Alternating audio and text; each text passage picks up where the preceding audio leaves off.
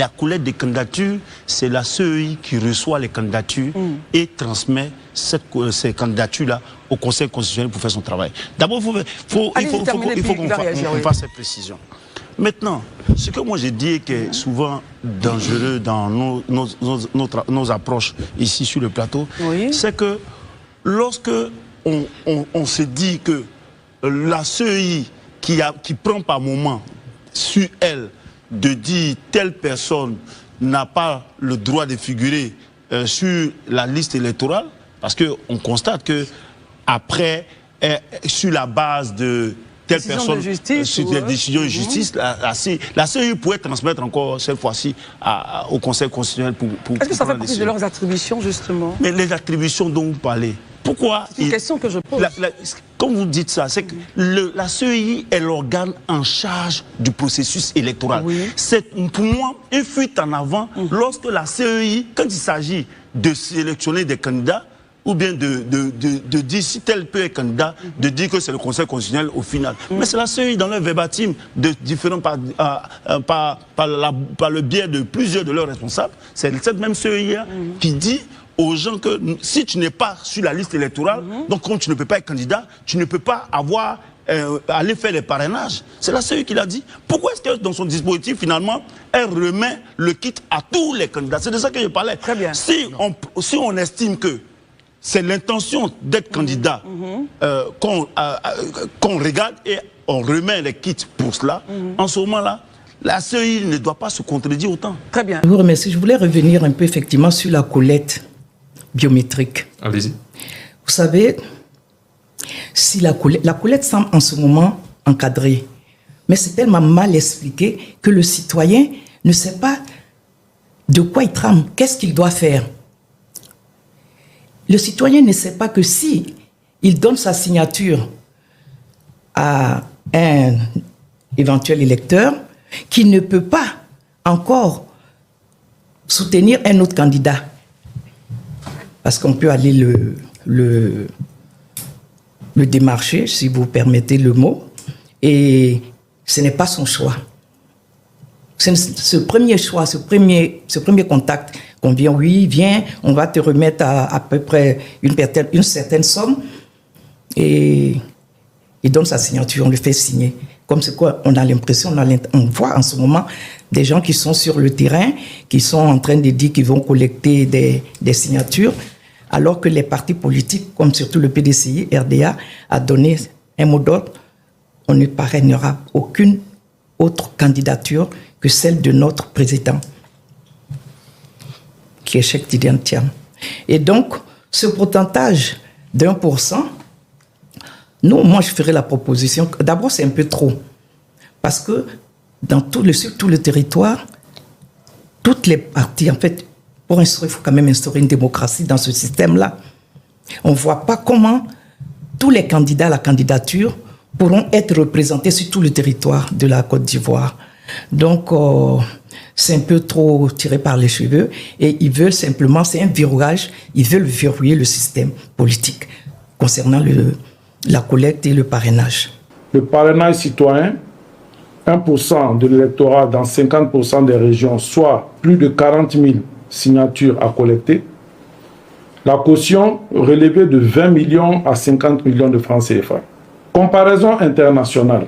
En France, 500 signatures d'élus sur un lot de près de 42 000 signataires potentiels. Les candidats ont 35 jours pour obtenir les signatures exigées. Il n'y a pas de cautionnement d'argent et un plafonnement des dépenses de campagne à 16,8 millions d'euros au premier tour et 22,5 millions d'euros pour les finalistes. Au Ghana, 522 signatures, soit 2 signatures par district administratif du Ghana, qui en compte 261. Au Ghana, le calendrier électoral 9 mois avant le scrutin est publié par la commission électorale, mettant en exergue toutes les étapes à franchir par tous les candidats, de sorte que les candidats puissent se préparer et répondre à chaque exigence en temps voulu. Ils ont 522 signatures, ils ont 9 mois pour préparer. Les 522 signatures, c'est 2 signatures par district et il n'y a pas de caution. Il y a juste des frais de dépôt de dossiers de candidature à la présidence de la République qui est de l'ordre de 100 000 Ghana Cedi. Donc l'année dernière, c'était l'équivalent de plus ou moins 4 millions de francs CFA.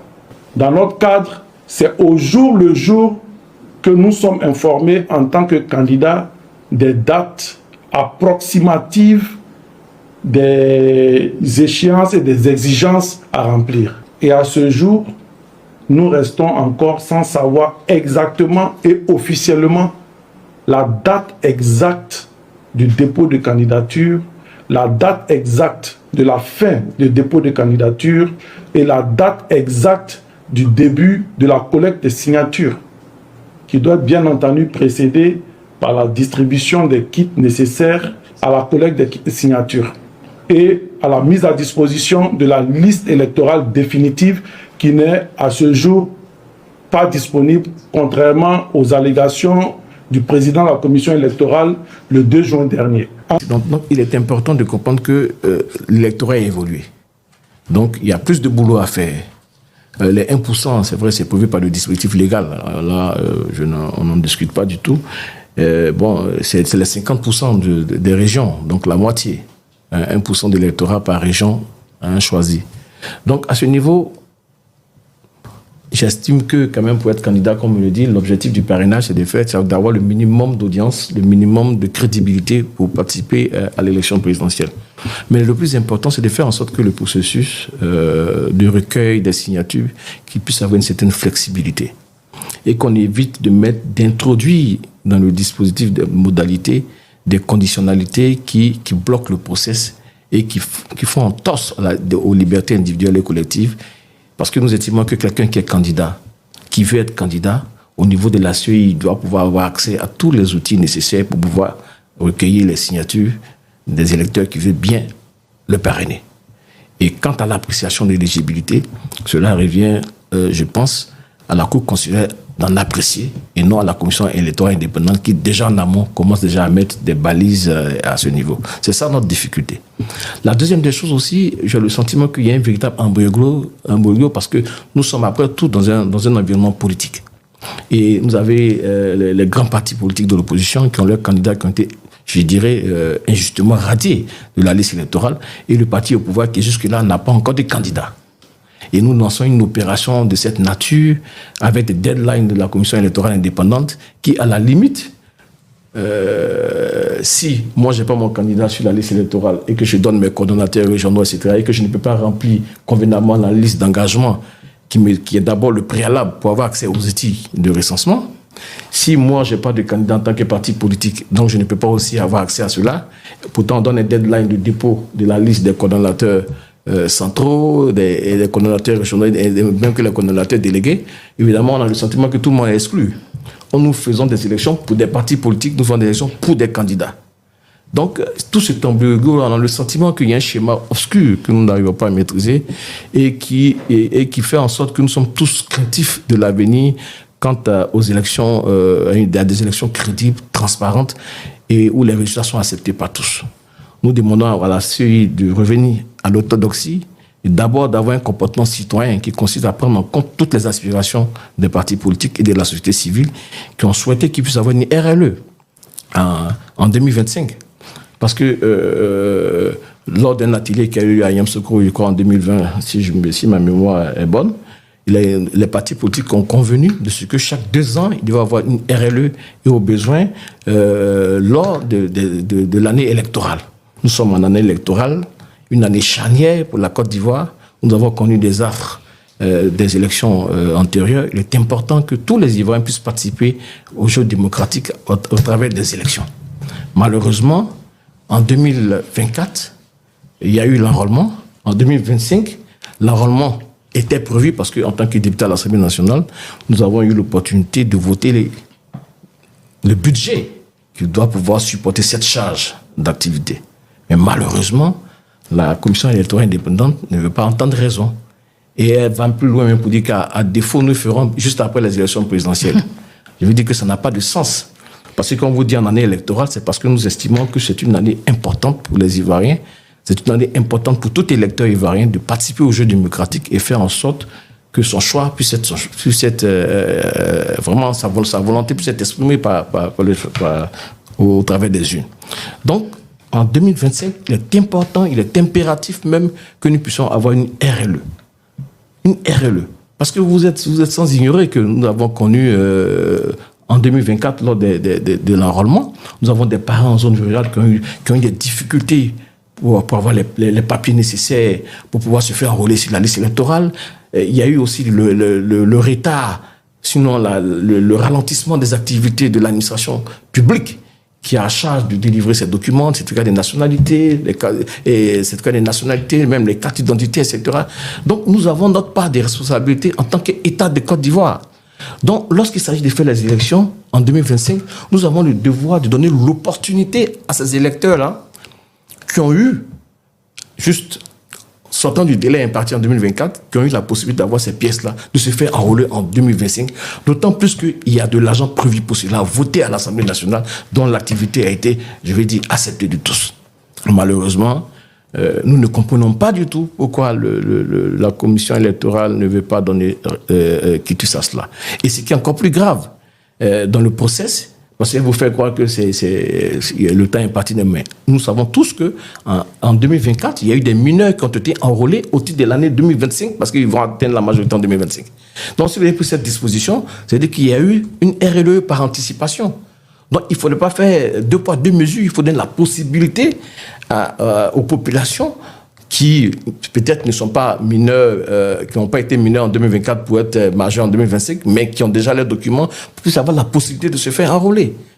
Voilà. Là encore, ça pose problème et c'est vraiment dommage. Et je pense bien qu'il est important que la communauté internationale, nos partenaires, puissent vraiment puiser de tous leurs poids pour que la commission électorale puisse entendre raison.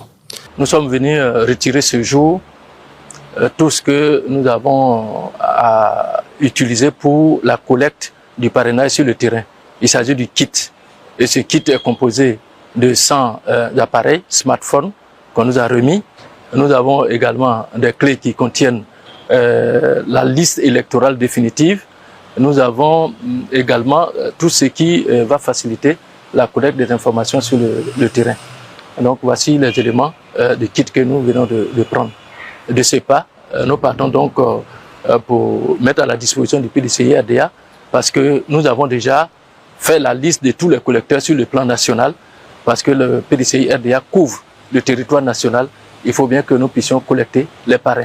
Et donc nous avons tout le support et à partir de demain, nous allons donc mettre en branle tout le système du PDCI-RDA pour collecter le parrainage qui va permettre à tous les citoyens ivoiriens de soutenir leur candidat, le candidat Tidjane Thiam. Si la CEI s'en tient à son calendrier, malgré l'absence de candidats de l'opposition et du parti au pouvoir sur la liste électorale, ou désigné, n'est-ce pas la preuve de sa neutralité? Je dirais oui ou non. Non, parce qu'il n'y a pas de corrélation entre, je veux dire, les potentiels candidats et puis le fonctionnement de la commission électorale. Ce que nous disons, c'est que la commission électorale indépendante doit pouvoir respecter les dispositions du décret qui décline les modalités de recueil de signatures relativement au parrainage citoyen. C'est tout ce que nous demandons. Maintenant, quand on parle du volet politique, nous disons que quand même, qu'on le veut ou non, l'électorat national, c'est le parti au pouvoir, c'est l'opposition. Donc, si au niveau de l'opposition, il y a des candidats, nous avons, au niveau de l'opposition, nous avons nos candidats qui ont été déclarés, qui ont été de façon démocratique élus, choisis par leurs militants respectifs. Nous, au PDCI-RDA, il y a eu une convention. Nous avons désigné le ministre Cheikh Tidjane Thiam. Au PPAC, il y a eu une convention, j'en dirais le président Laurent Gbagbo. Et bien évidemment, nous estimons que nous sommes en droit de faire le parrainage convenablement. Mais lorsque dans chemin faisant, on inclut un dispositif qui nous empêche d'avoir accès aux outils pour recueillir, je vais dire, les électeurs pour le parrainage, il y a lieu de s'inquiéter. Est-ce que vous comprenez? Maintenant, concernant relativement au parti au pouvoir, nous savons tous, c'est des autorités publiques. Nous savons que soit, on nous dit soit le président Ouattara est partant, soit il ne l'est pas. Donc, je veux dire qu'à leur niveau, il n'y a pas d'entorse, mais nous, il y a entorse parce que nous avons des candidats déclarés, des candidats qui ont été choisis de façon délibérée par les militants et qui, malheureusement, ne peuvent avoir accès, je pense bien, au regard du mode opératoire, ne peuvent pas avoir accès aux outils nécessaires pour faire le parrainage. Mais on nous espérait que ce soit vraiment quelque chose de pas vrai, parce qu'il nous revient que ce dispositif-là n'existe plus. En tout cas, je pense que la commission électorale a intérêt, au regard de tout ce que nous savons, a intérêt à faire en sorte que la légalité soit respectée. Mais vous savez, la partialité de la CUI est flagrante et de jour en jour, tout le temps, on le voit. Figurez-vous qu'en juin, là, le 25, ils avaient donné une deadline pour donner les noms et tout ça pour les candidatures. Mais vu que eux-mêmes, je dis eux parce que moi je taxe la CUI d'être membre du RDR, enfin du Rassemblement des démocratiques, du RADP, c'est ça. Donc, ils ont reporté, ils ont annulé ce deadline sous prétexte que, bon, il fallait que tout le monde soit... Ils ont rallongé simplement parce que le RADP n'a pas pu donner encore son candidat. Alors qu'on a vu qu'il nous pressait d'ailleurs, il pressait l'opposition de nommer les candidats et d'aller de collecter les documents pour le parrainage. La CEI est partiale. La CEI n'est pas du tout l'organe approprié en ce moment pour ces élections-là, pour conduire l'élection à venir. L'élection présidentielle est trop importante. Cette élection de 2025 est cruciale pour la Côte d'Ivoire. Et non seulement pour la Côte d'Ivoire, mais pour tout le monde entier, surtout pour l'Afrique, pour les pays de la sous-région qui nous regardent. Nous sommes la locomotive de la sous-région. Et si cette fois-ci, là, en 2025, nous ratons ce coche-là, d'avoir une élection inclusive, transparente, démocratiquement acceptée par tous, on ne sait pas où est-ce qu'on ira. Ce qui est gênant, c'est qu'on a le sentiment que la commission électorale joue un peu sur... Il y a un jeu de mots qu'on n'arrive pas véritablement à cerner. C'est qu'elle nous dit que pendant la période du contentieux, il s'agissait d'un audit public. Un audit public.